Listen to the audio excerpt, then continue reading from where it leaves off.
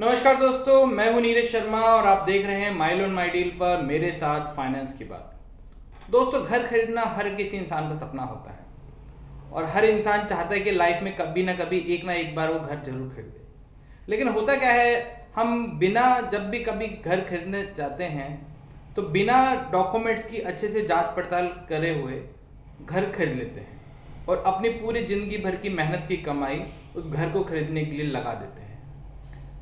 फिर कभी हमें पता चलता है कि जो हमने अपनी मेहनत की कमाई से घर खरीदा था, इसके जो डॉक्यूमेंट्स हैं वो नकली डॉक्यूमेंट्स थे, या जो प्रॉपर्टी थी वो डिस्प्यूटेड प्रॉपर्टी थी, या इस प्रॉपर्टी पे किसी बैंक से लोन चल रहा था, या अन्य और भी कई तरीके की समस्याएं सामने आती हैं और हमें लगता है कि हमारे साथ बहुत बड़ा धोखा हुआ और हमारी पूरी जिंदगी भर की मेहनत की कमाई इस जालसाजी के कारण हमारे को इतना बड़ा नुकसान उठाना पड़ा। ऐसा क्यों होता है दोस्तों?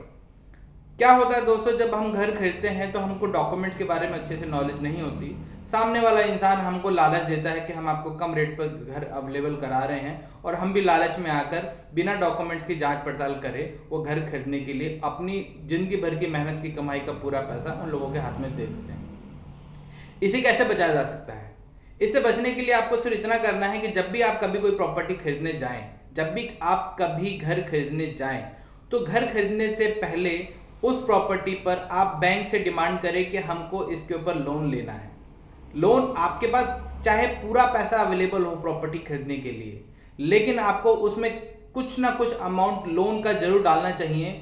इससे होता यह है कि जब बैंक आपकी प्रॉपर्टी पे लोन देता है तो लोन देने से पहले वो जिस प्रॉपर्टी को आप परचेज कर रहे होते हो उस प्रॉपर्टी के डॉक्यूमेंट्स की अच्छे से जांच पड़ताल कर लेता है। वो ये इंश्योर कर लेता है, वो ये पुख्ता कर लेता है कि कहीं इस प्रॉपर्टी के अंदर कहीं कोई धोखेबाजी, कोई गड़बड़ घोटाला तो नहीं है।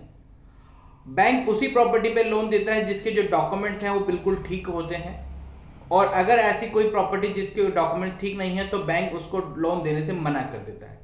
तो आपको पता चल जाएगा कि जो प्रॉपर्टी आप खरीदने जा रहे हैं उसके डॉक्यूमेंट्स ठीक नहीं है, क्योंकि बैंक ने उस प्रॉपर्टी पे लोन देने से मना कर दिया।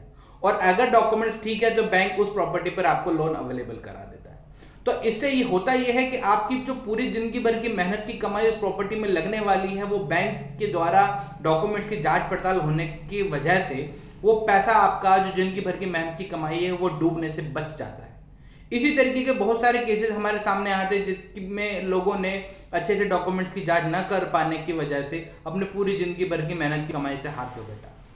तो दोस्तों, आगे से जब भी आपको कभी लोन लेना हो तो बैंक द्वारा डॉक्यूमेंट्स को अच्छे से जांच पड़ताल कराएं और कुछ ना कुछ अमाउंट, कुछ ना कुछ परसेंटेज घर खरीदने के लिए लोन जरूर लें।